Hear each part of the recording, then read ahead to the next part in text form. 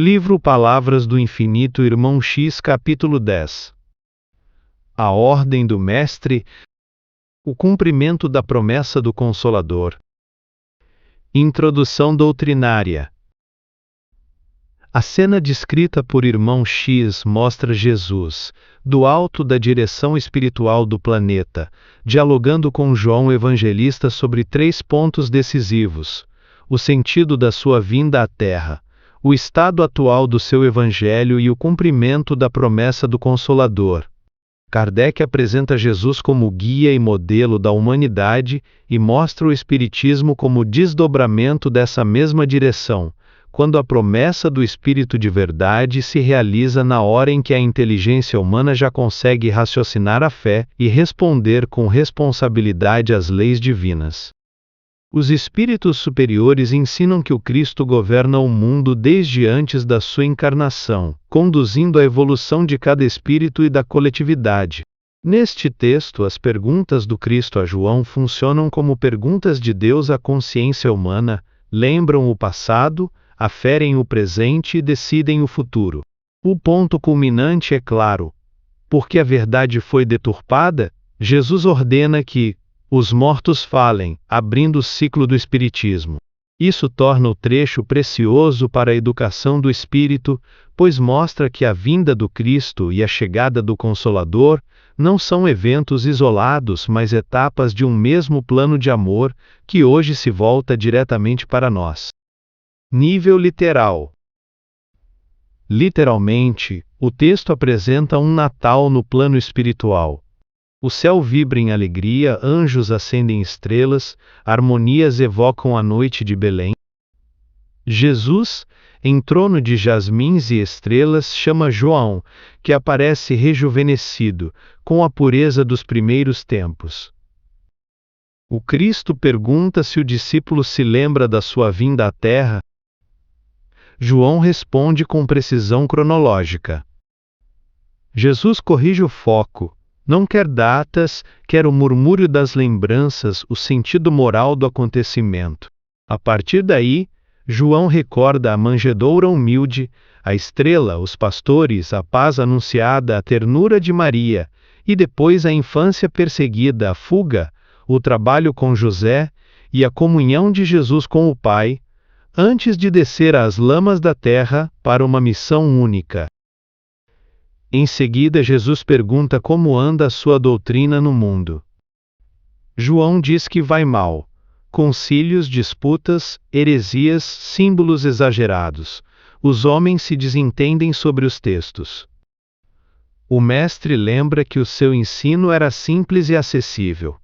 João admite que os homens recobriram a espiritualidade com o véu da matéria e do símbolo.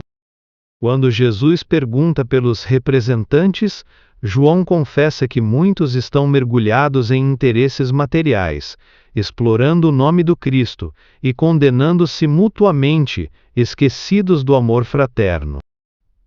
Jesus afirma que discussões e símbolos não o impressionam tanto. O que o entristece é o apego dos missionários aos prazeres fugitivos do mundo. Instado a dizer qual núcleo da doutrina tem mais força de expressão, João aponta o episcopado romano, admirável em disciplina e, ao mesmo tempo, pernicioso em desvios da verdade. Descreve o luxo do Vaticano e o contraste com a pobreza de Jesus e o sofrimento dos pobres e crianças à porta dos templos. Declara que há mais ateus benquistos no céu do que religiosos que falam em nome de Jesus sem viver o que pregam. Jesus, porém, reafirma o seu amor inalterável à humanidade, apesar de filósofos, ciência e ingratidão. Pergunta a João o que fazer. O discípulo lembra o convite à cruz de cada um. Então o Cristo recorda a promessa do Consolador e decide: se os vivos traíram, mandará que os mortos falem na terra em seu nome. Confia a João a tarefa de descerrar véu sobre os túmulos e o narrador conclui: desde essa hora memorável, o Espiritismo veio amparar e felicitar as criaturas. Nível simbólico. O Natal celeste não é uma descrição geográfica do além, mas o símbolo da alegria da lei divina quando o amor de Deus se torna mais acessível à humanidade. O trono de jasmins e estrelas representa a autoridade moral do Cristo. Flores sugerem pureza e delicadeza, estrelas indicam luz espiritual. Jesus governa pelo perfume do bem e pela claridade da verdade, não pela força. A primeira pergunta, lembras-te do meu aparecimento na terra? Simboliza o chamado da verdade à memória profunda da alma.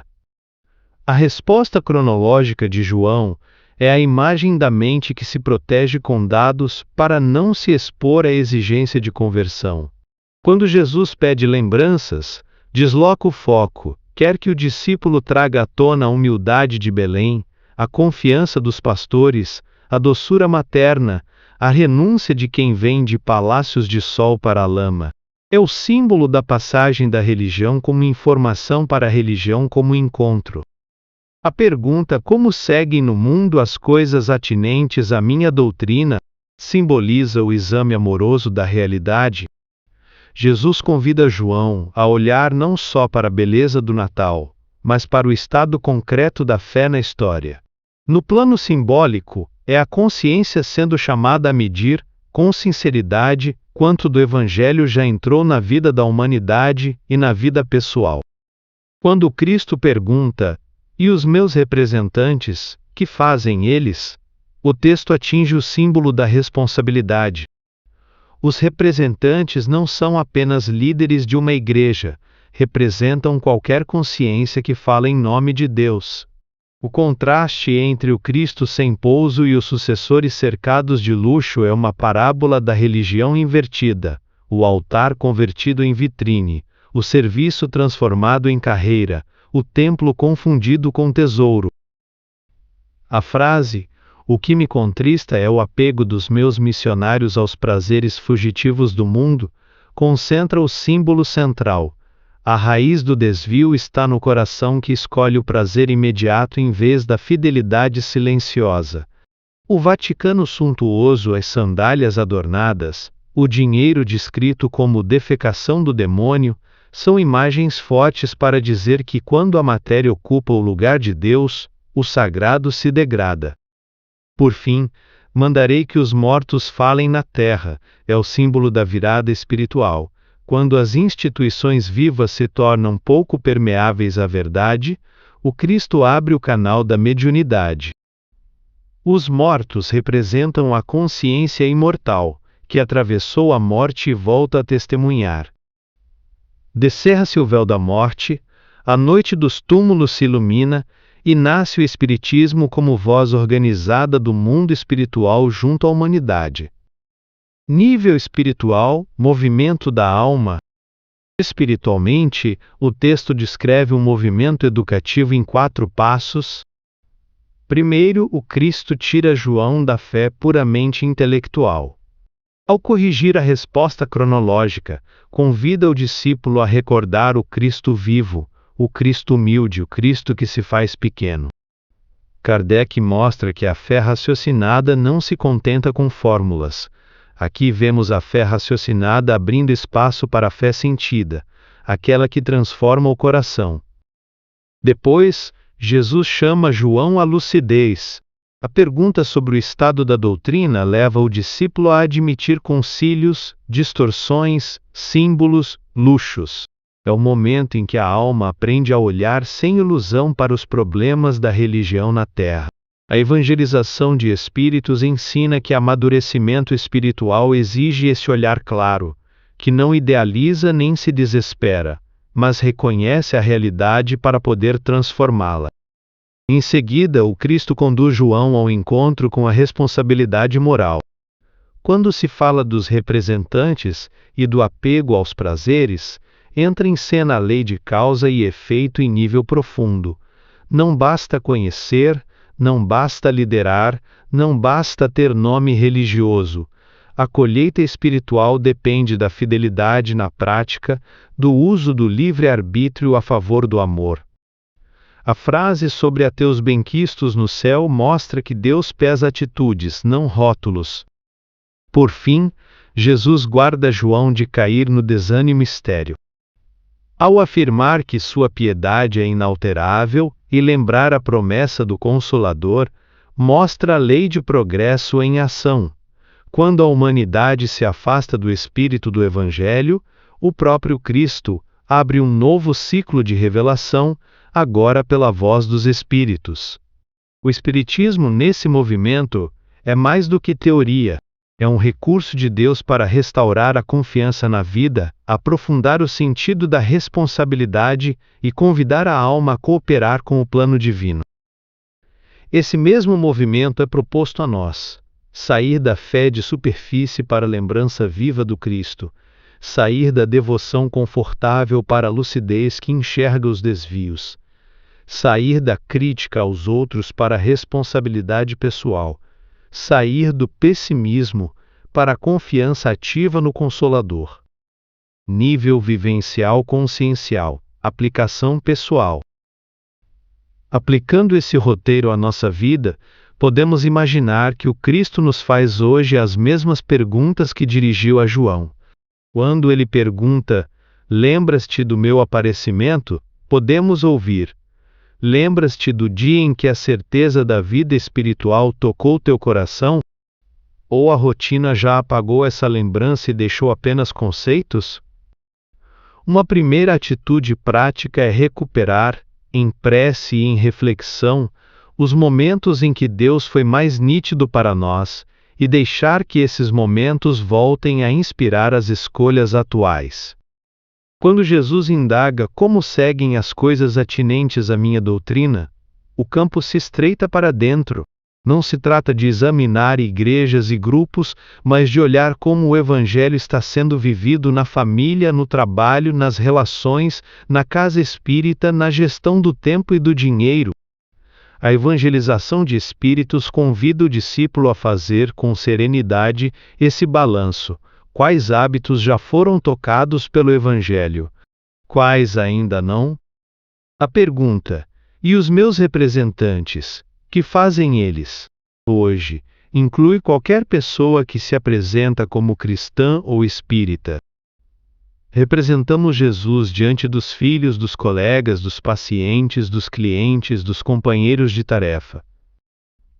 A aplicação concreta começa em coisas simples: manter a palavra dada, tratar com respeito, cumprir horários, evitar a maledicência, ser transparente com recursos, cuidar do corpo sem exageros, cultivar a oração sem ostentação. É assim que vamos soltando, pouco a pouco, os prazeres fugitivos, que nos afastam do serviço. Quando Cristo pergunta: "Não poderemos alimentar nenhuma esperança?", a vida nos convida a abandonar o discurso derrotista. A situação do mundo é grave, os conflitos existem, as próprias instituições espíritas têm seus desafios, mas o Cristo permanece à frente da terra, o Consolador está em nossas mãos, os espíritos superiores continuam amparando. Uma atitude prática é trocar queixas estéreis por iniciativas possíveis, estudar com mais seriedade, assumir uma tarefa simples e perseverar nela, participar de um grupo de evangelho no lar, oferecer uma escuta paciente a quem sofre, apoiar discretamente uma pessoa em necessidade. Por fim, mandarei que os mortos falem, pede que aproveitemos o que já sabemos da imortalidade. A certeza de que a vida continua não é para gerar medo, mas responsabilidade serena. Se tudo prossegue, cada gesto tem sentido. Viver isso é cuidar das palavras, pois toda emissão mental repercute. É usar melhor as horas, pois o tempo é patrimônio sagrado. É trabalhar sabendo que o bem sincero jamais é perdido. É atravessar a dor confiando que nenhuma prova é inútil. Assim, a chegada do Espiritismo deixa de ser apenas um fato histórico e se torna um compromisso íntimo com o Cristo que nos confiou mais luz. Perguntas de reflexão. Em minha relação com Jesus e com o Espiritismo, estou mais na posição de João que responde com datas, ou de João que recorda a manjedoura e o sentido moral da presença do Cristo? Se o Mestre me perguntasse hoje como seguem, no teu mundo íntimo, as coisas atinentes à minha doutrina, que fatos concretos da minha vida eu poderia apresentar como resposta sincera? Em quais áreas do meu cotidiano ainda busco prazeres fugitivos do mundo que enfraquecem o meu compromisso com o Evangelho e com o trabalho no bem? Onde identifico em mim um Vaticano interior, isto é, zonas de vaidade, comodismo ou necessidade de brilho, enquanto ao lado, pessoas e situações clamam por serviço silencioso e simples. De que maneira tenho acolhido, na prática, o Consolador prometido, como curiosidade doutrinária ou como direção diária para minhas escolhas, sentimentos e atitudes? Eixos de transformação interior. Eixo 1. Da memória intelectual à lembrança viva do Cristo. O texto mostra Jesus conduzindo João da resposta cronológica à recordação afetiva e moral do Natal. O convite é transformar informações sobre Jesus em lembrança viva do seu exemplo, para que a fé deixe de ser apenas saber e se torne encontro que orienta decisões. A armadilha desmascarada é o refúgio na erudição para fugir da mudança de comportamento. Eixo 2.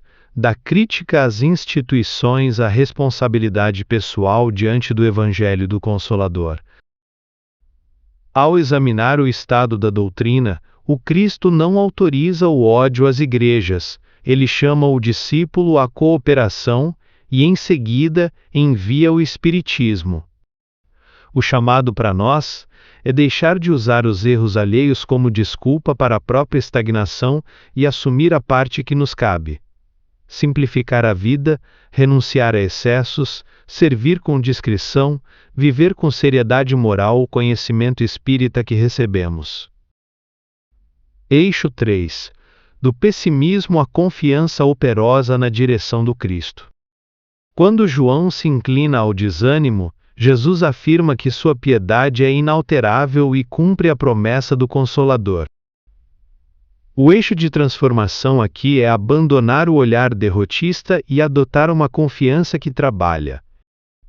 A armadilha é a descrença paralisante. O convite é a esperança que estuda, ora, serve, recomeça e coopera, sabendo que o Cristo continua à frente da terra e conta conosco, em pequena escala, para justificar a presença do Espiritismo no mundo.